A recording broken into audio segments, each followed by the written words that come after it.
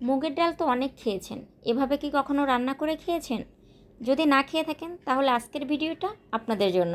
আজকে আমি রান্না করব মুগের ডাল দিয়ে মুরগির হাড় দিয়ে। পুরো ভিডিওটা দেখতে থাকেন তাহলে বুঝতে পারবেন। প্রথমে আমি মুগের ডালটা কিন্তু ভালোভাবে ভেজে নিলাম, তারপর পানি দিয়ে দিলাম। ততটাই পানি দেব যতটা পানি দিলে ভালোভাবে সেদ্ধ হয়ে যায়। তারপর খুব তাড়াতাড়ি সেদ্ধ করার জন্য আমি এখানে 1 চামচ লবণ দিয়ে দিলাম। আর আপনাদের একটা কথা বলে রাখি, মুগের ডাল যখনই রান্না করবেন তখন কিন্তু খুব ভালোভাবে ভেজে তারপর রান্না করবেন। না হলে আপনি যতই ভালোভাবে রান্না করেন না কেন, রান্নার পরেও কিন্তু একটা কাঁচা কাঁচা ভাব আসবে। তাই মুগের ডাল ভালোভাবে ভেজে তারপর অবশ্যই রান্না করবেন। মুগের ডালটা আমার এখানে সেদ্ধ হয়ে গিয়েছে, খুব ভালোভাবে সেদ্ধ হয়ে গিয়েছে আর গোটা গোটা আছে। আর একটা জিনিস খেয়াল রাখবেন, মুগের ডাল যখন সেদ্ধ করবেন যেন ভালোভাবে সেদ্ধ হয়ে যায় কিন্তু গলে না যায়। এই দেখেন আমার কিন্তু গোটা গোটা আছে কিন্তু গলে যায়নি। মুগের ডালটা তো সেদ্ধ হয়ে গেছে, এখন আমি রান্নার পরের ধাপে চলে যাব। চুলায় এখন কড়াই দিয়ে দিলাম আর তারপর দিয়ে দিলাম সাদা তেল, মানে সয়াবিন তেল। তারপর এখানে 2টা পেঁয়াজ কুচি দিয়ে দিলাম রসুন কুচি, দিয়ে দিলাম আদা কুচি। আমি এখানে কোনো বাটা মশলা দিব না, সব কুচি দিয়ে দিলাম। এখন একটু ভালোভাবে নেড়েচেড়ে দিলাম, তারপর দিয়ে দিলাম দারুচিনি আর লবঙ্গ। তারপর আবার একটু নাড়াচাড়া করে নিলাম। আর মশলা কষানোর সময় অবশ্যই খেয়াল রাখবেন যেন পুড়ে না যায়। তেজপাতাও দিয়ে দিলাম। তারপর দিয়ে দিলাম হলুদ গুঁড়ো 1.5 চামচ, দিয়ে দিলাম মরিচ গুঁড়ো আর স্বাদ মতো লবণ। মরিচটা আপনারা যতটুকু খাবেন ততটুকু দেবেন।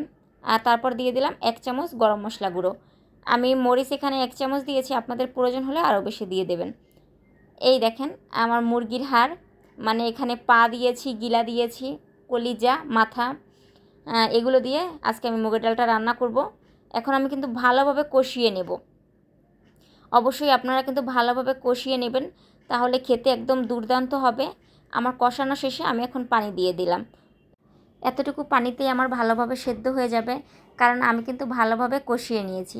আপনারাও কিন্তু অবশ্যই ভালোভাবে কষিয়ে নেবেন, কারণ কষানোর মধ্যেই কিন্তু রান্নার একদম অন্যতম একটা স্বাদ লুকিয়ে থাকে। যারা রান্না করেন তারা অবশ্যই বুঝতে পারবেন। আমার যখন ভালোভাবে সেদ্ধ হয়ে গেছে তখন আমি সেদ্ধ করা মুগের ডালটা কিন্তু ঢেলে দিয়েছি। আর এই দেখেন পুরো একদম গোটা গোটা আছে।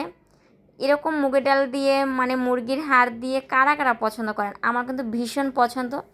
তারপর আমি কিছুটা কাঁচামরিচ দিয়ে দিলাম, তারপর নেড়ে ছেড়ে দিলাম আবার। আমার কিন্তু রান্নাটা মোটামুটি হয়ে গেছে।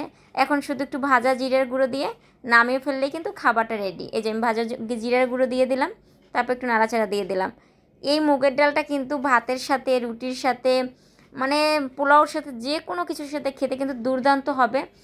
আর কারা কারা এরকম পছন্দ করেন অবশ্যই কিন্তু কমেন্ট করে বলবেন। যারা কখনোই রান্না করে খাননি এরকম মুগের ডাল, তারা কিন্তু একবার হলেও বাসায় রান্না করে খাবেন, কতটা স্বাদ হয় বুঝতে পারবেন।